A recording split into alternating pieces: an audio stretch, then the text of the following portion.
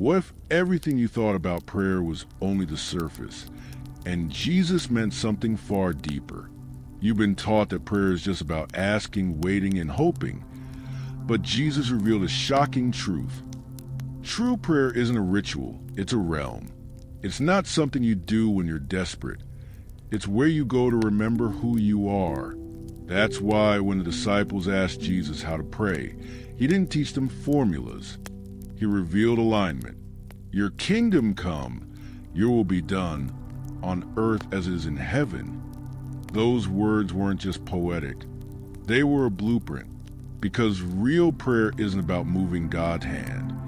It's about moving your heart into position. You've been begging for things God already wanted to give you, but your spirit was too distracted to receive them. That's why Jesus often withdrew to lonely places. He wasn't escaping people.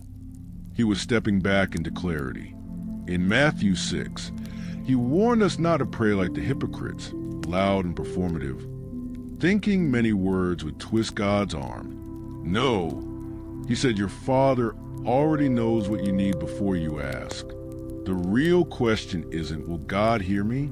It's, will I hear him? The secret is this. Prayer was never about performance. It's about presence. And presence is where the power is. When Jesus said, go into your room, shut the door, and pray to your Father who is unseen, he wasn't giving you a tip. He was exposing a dimension. The door isn't just physical. It's symbolic. You've got too many doors open. Distraction is stealing your attention. Pride is blocking your surrender. And when you finally shut the door on noise, ego, fear, that's when you'll hear the whisper. Elijah didn't find God in the fire or the earthquake, but in the still, small voice. That voice still speaks, but your pace is too loud to notice. And here's what nobody tells you. The most powerful prayers don't sound powerful. They often start with groans, with silence, with nothing but tears. Romans 8 verse 26 says the Spirit himself intercedes for us with groans too deep for words. So if all you have is pain, you're not disqualified. You're ready. Because brokenness is not a barrier to prayer. It's the doorway. And when Jesus prayed in Gethsemane, sweating blood, pleading, not my will but yours, he showed us the most dangerous, intimate kind of prayer, surrender. That's the real war, your will versus heaven's. And most people lose because they never truly pray that line. They ask for miracles but refuse obedience.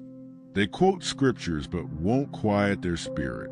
They want answers but not alignment. But Jesus didn't say, whatever you ask in my name, to give you a magic phrase. He meant in my nature and my authority, in union with my will. That kind of prayer shakes the atmosphere. That kind of prayer opens heavens.